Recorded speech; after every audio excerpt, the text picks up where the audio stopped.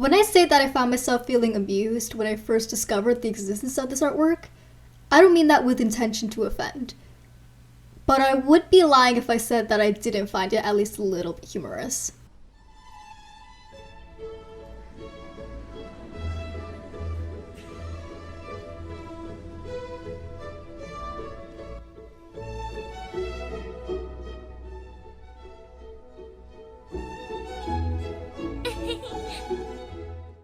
I'm an atheist. I didn't grow up with any religious beliefs enforced on me, other than the very minimal Buddhism my mom takes part in, and the scouts that made me sing grace before every meal at camp.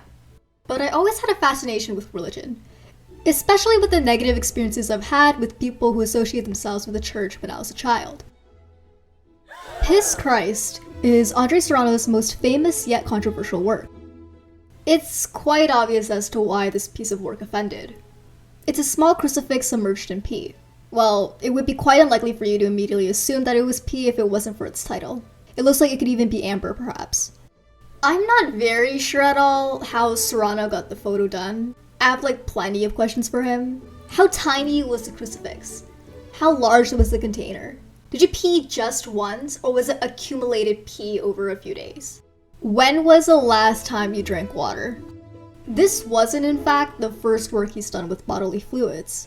The Honduran and Afro-Cuban artist and photographer from New York has worked with blood, period blood, breast milk, and cum. Here's piss. Piss and blood. Piss light. And piss discus, all from the same year, 1987. Wow! He made several more in the future. Semen and Blood 3, and Hercules Punishing— oh my god, are they Piss Christ actually found pretty positive reception when it was first displayed at the Stuck's Gallery in New York. It wasn't until about 2 years later where it found itself in a scandal of critics. US Senator Al D'Amato and Jesse Helms included, who were outraged that the artist received over $15,000 from the National Endowment for the Arts. And I'm the first person to stand up and say, this is not right, this is not cool, this is fucking bullshit. This is fucking bullshit. Serrano lost grants and the NEA's budget was cut due to this controversy. The artists and gallery officials continued to receive conservative backlash through death threats and hate mail for denying the removal of the piece from the public.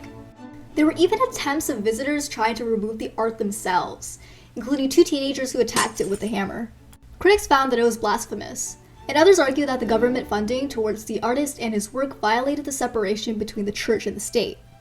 Though Serrano doesn't attach any political beliefs to his work. I guess on the surface level you would think, piss? That's disgusting. Of course it's disrespectful to the Lord and Savior Jesus Christ. I get it, but I believe that most of those who despise the piece took it at face value. Andre Serrano grew up strictly Catholic as a second-generation American and calls himself a follower of Christ. What he intended for it to symbolize was that it all was supposed to be disrespectful to the own God that he worshipped. In a letter to the NEA, he truthfully defends his work. My Catholic upbringing informs this work, which helps me to redefine and personalize my relationship with God.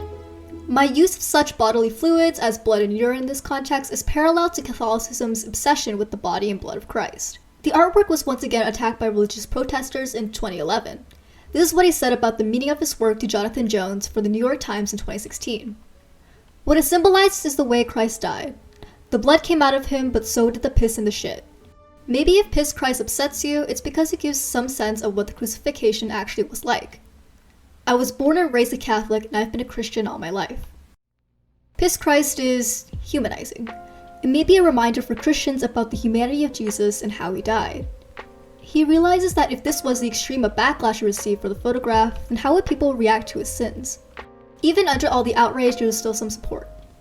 Art critic Lucy R. Lepard constructs the value of the work separately from its possible meaning, describing purely its visual and material aspects as a darkly beautiful photographic image.